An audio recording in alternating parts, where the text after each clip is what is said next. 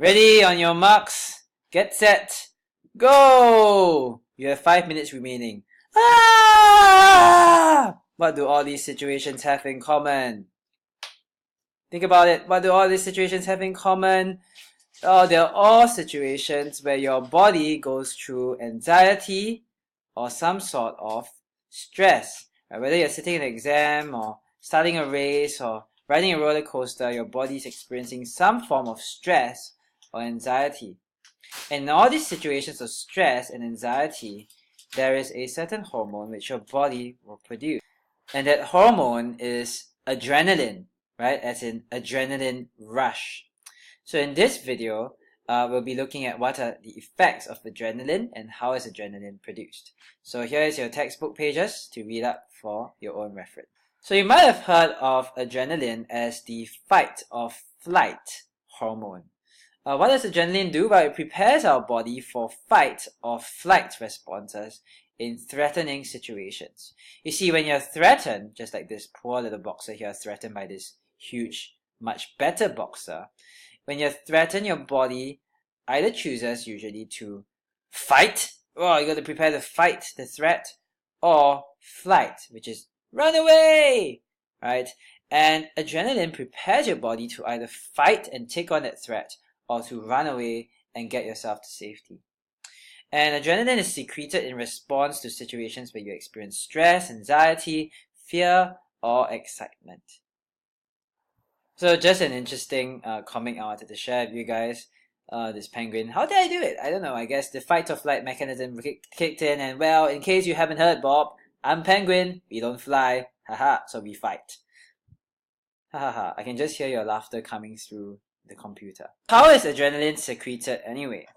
Well, it begins in your brain, in particular in your hypothalamus. So when there's a stimulus, some sort of threatening situation that is detected, right?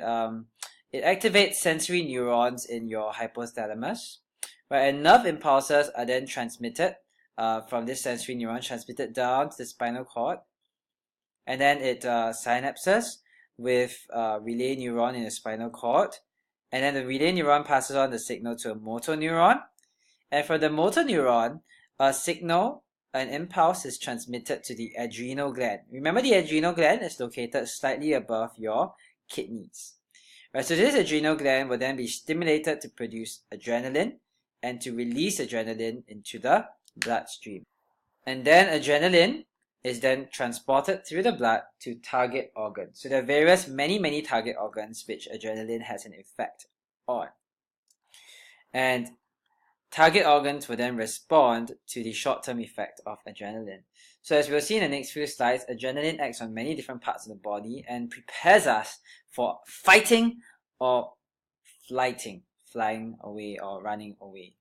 It's really interesting to think of the fact that in an exam, adrenaline prepares you to fight the exam or flight, right? Run away from the exam, but too bad you can't run away from the exam anyway.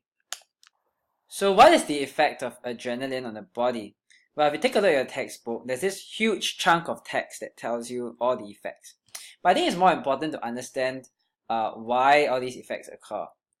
The big thing to remember is that all these effects occur because your body is preparing you for fight or flight response.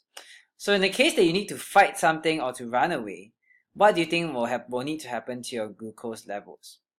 Well, your body will increase it, right? So adrenaline causes the blood glucose levels to increase so that the glucose can be absorbed by your cells and used for running away or fighting.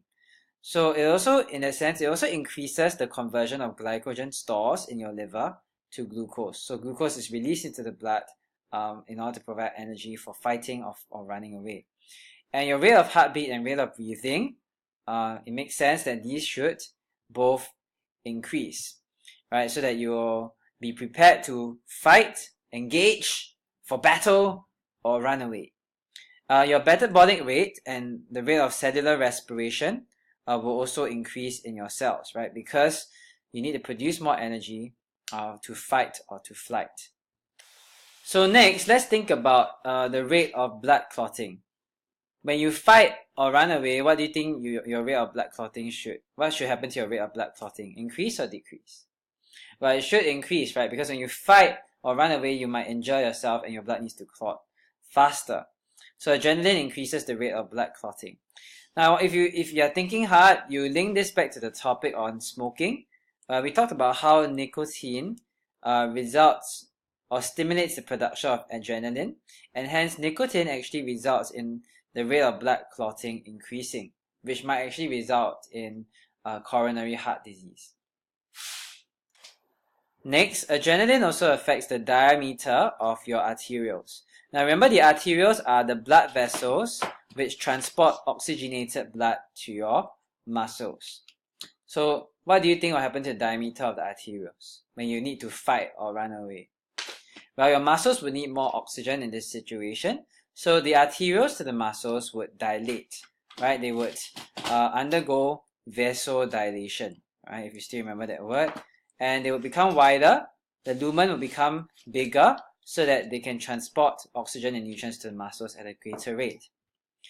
Now, what do you think will happen to the arterioles which bring blood to your skin surface or to your digestive system, the alimentary canal? Now, in this case, the arterioles will actually constrict or undergo vasoconstriction. And that's because when you're running away or trying to fight, your body doesn't really, digest food or chill. Digesting food is something that you do when your body is kind of like chilling out and resting. And so instead of channeling blood to the digestive system, blood is instead channeled to your muscles where you really need it in a fight or flight situation. Now, one thing to point out is you might be wondering, how come adrenaline, right, causes the arterioles to the muscles to dilate, but then it causes the arterioles to the alimentary canal to constrict? How come got two effects, right? Well, this diagram kind of gives you a simple answer to that. And one possibility, I want you to think about it as well, one possibility is that it's the same chemical adrenaline, but they're different receptors.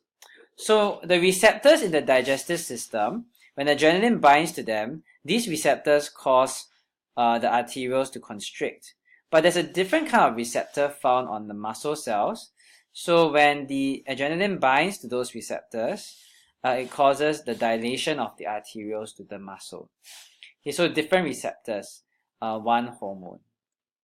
And finally, what do you think is the effect of adrenaline on our pupils? That means the size of the hole in our eyes that lets light in, and to our hair erector muscles. Now you just take a look at the cat here, right? So adrenaline, when it prepares you to fight or to fly or to run away, right, it will cause your pupils to dilate, right, to let more light in so you can focus and see better. And also will cause your hair erector muscles to contract, raising your hairs up. And for cats, that causes them to have a much larger appearance, so they look more aggressive and is able to take on whatever is threatening them. Alright, so that's the end of this video.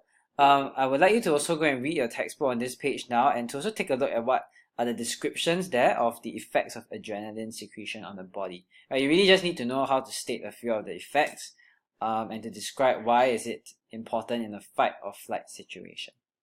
Alright, so until then, see you. Please get ready to fight your examination because you cannot fly away from it.